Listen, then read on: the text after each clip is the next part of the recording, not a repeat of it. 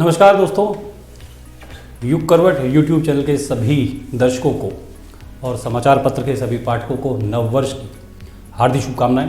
आप सभी स्वस्थ रहें, सकुशल रहें, संपन्न रहें, यही कामना हम लोग करते हैं। खबरों के पोस्टमार्टम में सबसे पहली खबर का जिक्र जिसका मैं करना चाहता हूं, वो भाजपा के समर्थकों के लिए बहुत बड़ी खबर है। दरअसल ब्रिटिश अखबार द गार्जियन ने अपने एक लेख में जिक्र किया है कि प्रधानमंत्री नरेंद्र मोदी का जलवा कायम है और भाजपा जीत की हैट्रिक लोकसभा चुनाव में लगाने जा रही है। द गार्जियन ने लिखा है कि भाजपा को 2024 में कोई नहीं रोक सकता। प्रधानमंत्री की अगुवाई में इस साल जो बीता साल है हमारा, इसमें जो अंतिम महीने में 3 राज्यों में चुनाव भाजपा ने जीता है, उसका हौसला बहुत बुलंद है। 22 जनवरी को राम मंदिर का भव्य उद्घाटन होने जा रहा है।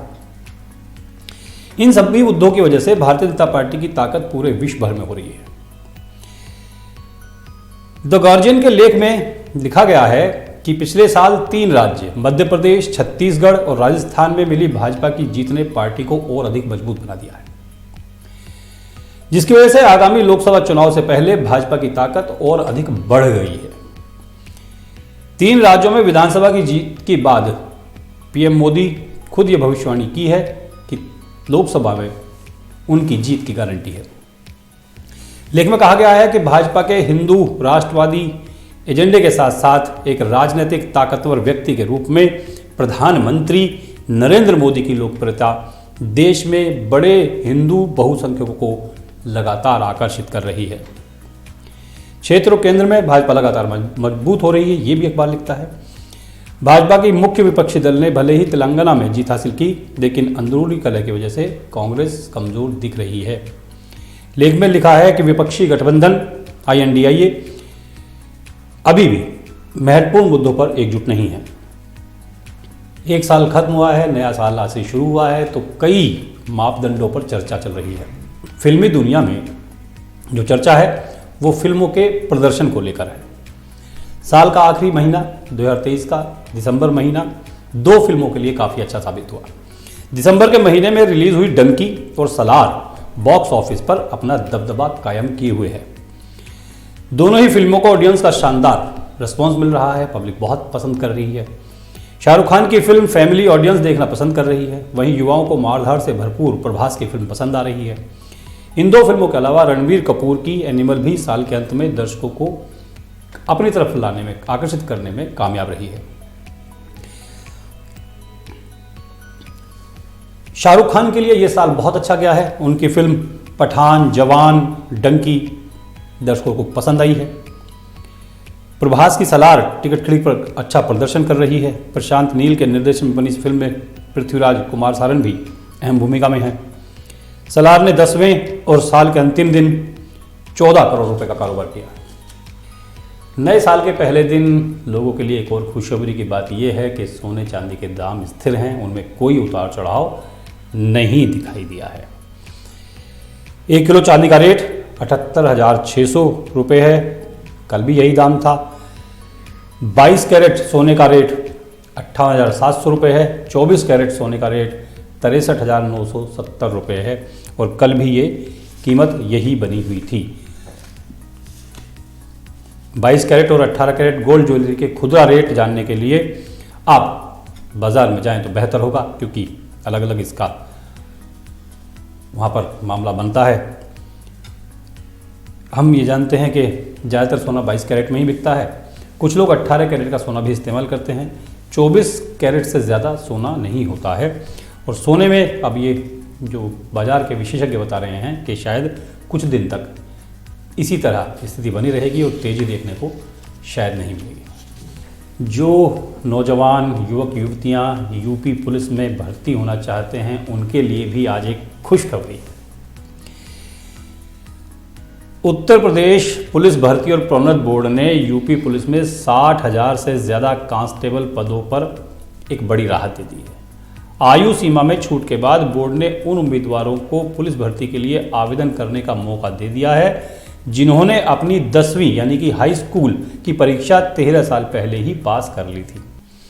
यूपी पुलिस के जो भर्ती आवेदन प्रक्रिया है उसमें एक शर्त रखी गई थी कि जिसमें उम्मीदवारों की जन्मतिथि और हाई स्कूल पासिंग डेट के बीच कम से कम 13 साल का अंतर होना चाहिए था। अब इसे बदलकर 13 साल पहले 10वीं कर चुके उम्मीदवारों को भी कांस्टेबल की वैकेंसी के लिए आवेदन करने का मौका दे दिया गया है। यूपी पुलिस भर्ती और प्रोन्नति बोर्ड ने इस बदलाव की जानकारी देते हुए कहा है कि ऑनलाइन आवेदन में जन्मतिथि और हाई स्कूल पास करने में 13 साल के अंतर के प्रतिबंध संबंधी समस्या सुझाव को संज्ञान में लेते हुए वेबसाइट में यथावश्यक संशोधन कर दिए गए हैं। अब ऐसे लोग भी अपना आवेदन कर सकते हैं। मैं बता दूं कि इससे पहले यूपी सरकार ने उन सभी युवाओं को यूपी पुलिस में भर्ती होने का मौका दिया था जो इस भर्ती के लिए ओवर एज हो गए थे। मुख्यमंत्री योगी आदित्यनाथ ने बीते मंगलवार को आरक्षी नागरिक के कुल 60,244 पदों पर होने वाली भर्ती में अभ्यर्थियों को आयु सीमा में 3 साल की छूट दे दी थी। ये छूट सभी श्रेणी के उम्मीदवारों को मिलेगी। बोर्ड द्वारा 23 दिसंबर 2023 को नोटिफिकेशन जारी करके इसमें संशोधित कर दिया गया था। सामान्य वर्ग में 18 से 25 वर्ष, महिलाओं के लिए 18 से 28 वर्ष, रिजर्व कैटेगरी में 18 से 30 वर्ष अब ये आयु कर दी गई है। कांस्टेबल के लिए जो ये वैकेंसी निकली है इस पद के लिए ऑनलाइन आवेदन 27 दिसंबर से शुरू होते जो 18 जनवरी तक चलेंगे। बात बिहार की करता हूं। कड़ाके की ठंड के बीच भी बिहार में राजनीति बहुत गर्म है। रविवार को विधानसभा अध्यक्ष अवध बिहारी चौधरी ने राजद अध्यक्ष लालू प्रसाद से मुलाकात की। वे पूर्व सीएम राबड़ी देवी के आधिकारिक आवास पर पार्टी सुप्रीमो लालू यादव से मिलने गए। लालू के बड़े बेटे और मंत्री तेज प्रताप यादव भी स्पीकर के साथ पहुंचे थे। तेज प्रताप पटना में अलग घर में रहते हैं। ये मुलाकात ऐसे समय में हुई है जब राज्य में बड़ा राजनीतिक मंथन चल रहा है। लालू यादव से मुलाकात के बाद उन्होंने ये बताया है कि नए साल की शुभकामना देने गए थे। ये भेंट राजनीतिक नहीं है, लेकिन जब दो नेता मिलते हैं तो चर्चाएं चलना स्वाभाविक है, क्योंकि ये घटनाक्रम तब हुआ है जब नीतीश के करीबी राजीव रंजन उर्फ लल्लन सिंह के राष्ट्रीय अध्यक्ष पद से हटा दिए गए हैं। ऐसी अटकलें थीं कि लल्लन सिंह लालू प्रसाद के ज़्यादा करीब जा रहे हैं, जिसकी वजह से नीतीश कुमार जो मुख्यमंत्री बिहार के हैं और राष्ट्रीय जनता दल के अध्यक्ष बन गए हैं, वो असहज थे। राम मंदिर में रामलला प्रतिष्ठित होने हैं, 22 तारीख को प्राण प्रतिष्ठा समारोह है। इसको लेकर हर तरफ बातें हो रही हैं। विपक्ष की अलग बयानबाजी है, सत्ता पक्ष की अलग बयानबाजी है। अब इस पर लालू यादव का नाम, राबड़ी का नाम जुड़ गया है। दरअसल विश्व हिंदू परिषद ने घर घर अक्षत निमंत्रण देने का काम शुरू किया है। इसी बीच विवादित बयानबाजी भी चल रही है। बिहार की राजधानी पटना में राष्ट्रीय जनता दल की तरफ से पोस्टर लगाया गया है। पोस्टर में मंदिर को मानसिक गुलामी का मार्ग बताया है। लालू राबड़ी यादव के बाहर कई पोस्टर लगे हैं, जिनमें एक पोस्टर ऐसा भी लगा है जिसमें मंदिर और शिक्षा की तुलना की गई है। इस पोस्टर में एक तरफ लालू यादव राबड़ी देवी की तस्वीर है, दूसरी तरफ उप मुख्यमंत्री तेजस्वी यादव हैं। पोस्टर के शीर्ष पर महात्मा बुद्ध, सम्राट अशोक, सावित्रीबाई फूले जैसे महान लोगों की तस्वीरें लगी हुई हैं। इस पर लिखा गया है, मंदिर का मतलब मानसिक गुलामी का मार्ग और स्कूल का मतलब होता है जीवन में प्रकाश। जब मंदिर की घंटी बजती है तो हमें संदेश देती है कि हम अंधविश्वास की तरफ बढ़ रहे हैं, पाखंड, मूर्खता, अज्ञानता की ओर जा रहे हैं। और जब स्कूल की घंटी बजती है तो हमें साफ संदेश मिलता है कि हम तर्कपूर्ण ज्ञान, वैज्ञानिकता और प्रकाश की ओर बढ़ रहे हैं। अब तय करना चाहिए कि आपको किस तरफ जाना है। इतना ही नहीं, पोस्टर में सनातन धर्म और हिंदू देवी देवताओं पर विवादित बयान देने वाले आरजेडी विधायक फतेह बहादुर सिंह की तस्वीर भी लगी हुई है।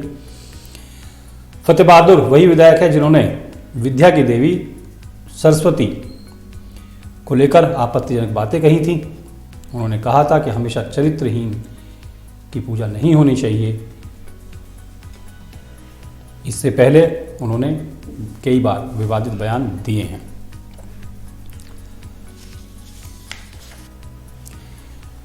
अच्छी खबरों के बीच एक मुसीबत वाली खबर यह भी है कि यूपी में रोडवेज बस के चालकों, निजी बस चालकों, ऑटो चालकों आदि ने, ट्रकों के चालकों ने हड़ताल शुरू कर दी है। यह हड़ताल नववर्ष के पहले दिन यानी आज सुबह से हुई है। दरअसल जो नया कानून आया है ड्राइवर को लेके कि जिसमें एक्सीडेंट होता अगर कहीं पर है तो ड्राइवर को सज़ा भी मिलेगी और दंड भी मिलेगा, इसको लेकर चालक अपनी नाराज़गी प्रकट कर रहे हैं। लखनऊ, आगरा, गाज़ियाबाद में कई जगहों पर चालकों ने प्रदर्शन किया। गाज़ियाबाद में NH9 पर जाम लगा दिया गया, जिससे दूसरे वाहन चालकों को बहुत परेशानी हुई। व्यावसायिक वाहन और ट्रक चालकों ने भी जगह जगह चक्का जाम कर दिया है, प्रदर्शन कर रहे हैं। पुलिस भी इस दौरान परेशान रही प्रदर्शनकारियों को लेकर। इंडियन पिनल कोड की धाराओं में संशोधन के विरोध में ये लोग प्रदर्शन कर रहे हैं, हड़ताल कर रहे हैं। इसका पूरा असर आपूर्ति पर भी पड़ रहा है और यात्रियों पर भी। तो आज के लिए बस इतना ही। गाज़ियाबाद और उसके आसपास की तमाम खबरों को और प्रदेश और देश में चल रहे प्रमुख मुद्दों पर चर्चा जानने के लिए, सुनने के लिए देखिए युग करवट यूट्यूब चैनल। युग करवट समाचार पत्र भी आप पढ़ेंगे तो आपको नई नई जानकारी मिलेगी, आपके आसपास की तमाम जानकारी आप ले पाएंगे। यदि आपके आसपास कोई ऐसा व्यक्तित्व है, ऐसी घटना है जिसे आप चाहते हैं कि उसे देश और दुनिया देखे, तो युग करवट आपका माध्यम बन सकता है। आप हमें ऐसी कोई वीडियो व्हाट्सअप कर सकते हैं, कोई जानकारी हमसे साझा कर सकते हैं।